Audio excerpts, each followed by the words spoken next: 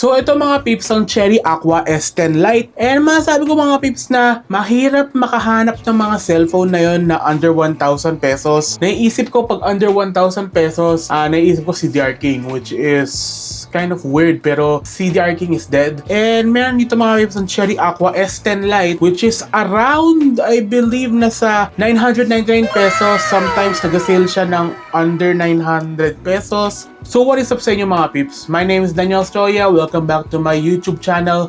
In today's video, check natin itong Cherry Aqua S10 Lite and see if it's that good or not. So without further ado, let's get started mga pips.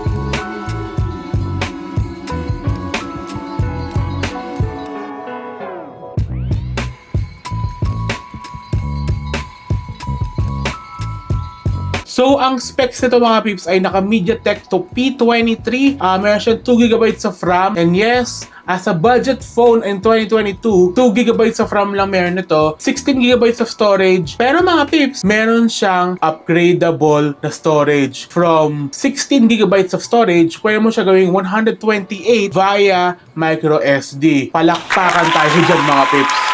So sa gilid ng box nalagay Aqua S10 Lite, meron siyang Android 9, meron siyang 5.7 HD display, TrueView teardrop display pala, and meron siyang dual rear camera, 2,500 mAh na battery, and ito yung mga specs niya which is sinabi ko kanina. So we have here yung mismong brand new phone and wala siyang back. Wait a minute, ako lang ba o parang ano to? Parang yung mga sinuunang Samsung or Android devices na wow, ang gaan pala nito. And meron siyang removable battery!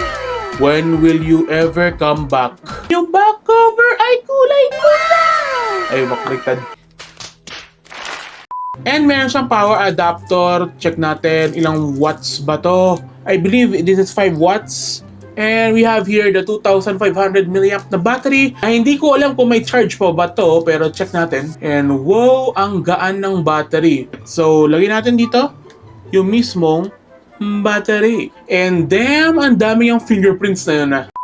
So let us take a look sa outer part ng device muna bago natin boot up. Meron siyang speaker dito and nawawala yung headphone. Wait lang. So meron siyang speaker sa ilalim and wala siyang micro USB or USB Type-C sa ilalim. Right side, meron tayo dito yung mismong power button at yung volume, volume rocker natin. So ito mga pips ang headphone jack and ito mga pips ang micro USB which is sobrang unique. Halos lahat ng mga cellphone nung time na yon, kasi back in 2022, halos lahat ng mga cellphone ay naka USB Type-C. And halos lahat ng mga budget phones na yon ay naka Type-C. Ito ay naka micro USB pa.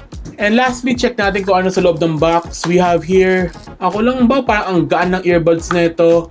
Ito ang uso noon, mga pips. So for some reason, for a 2022 device, hindi siya naka Type-C. Ang sakit. Wow, gumagana! For 999 pesos, you can get yourself an Android phone. Pero mga pips, 999 pesos. Isipin nyo yun. So wala siyang setup. So hindi pa naka-update yung mga ibang apps dito. Kasi it's using the old Gmail app. Meron siyang, may mga bloatware siya na konti kasi 999 pesos lang to. And may Google Assistant, camera. Check na natin yung camera kung ano magiging tsura ko dito. Ako lang ba o maganda yung camera nito mga pips? Ano nga tayo? Reverse tayo. Tignan natin kung magiging tsura. Wow! Ako lang ba parang usable yung yung camera nito. So, ito yung camera niya mga pips. So, tingnan natin sa settings kung ano magiging labas na to. Tingnan natin kung ano magiging tsura na to if we do video.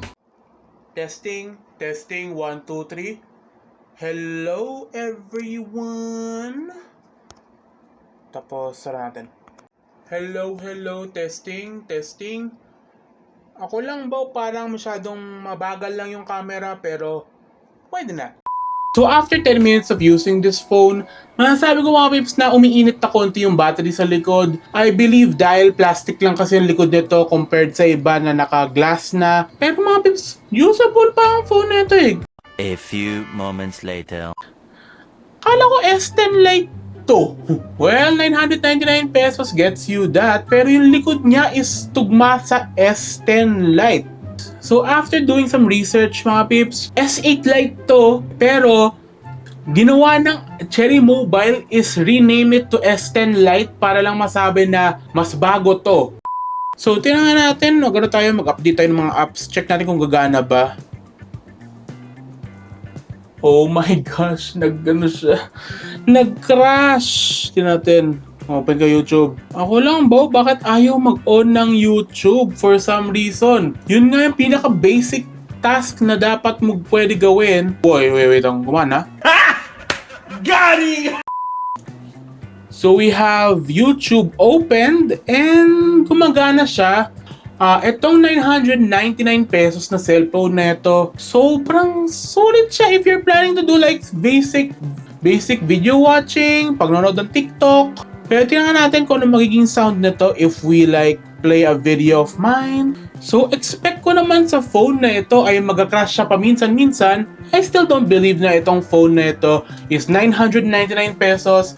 You can get a phone na may decent camera and a phone that can't game. Pero pwede siya manood ng videos. Para sa mga matanda lang, pwede to. So worth it ba bumili ng S10 Lite? I would have to say maybe mga peeps. Kasi ang S10 Lite para sa akin ay it is a good secondary phone. Huwag nyo expect mga peeps na if you buy this phone, you'll get a phone na kaya maglaro, kaya manood ng YouTube. So hope you guys enjoy. Leave a thumbs up and subscribe. And salamat mga peeps sa panonood hanggang sa dulo ng video nito. Thank you very much. Thumbs up. Bye.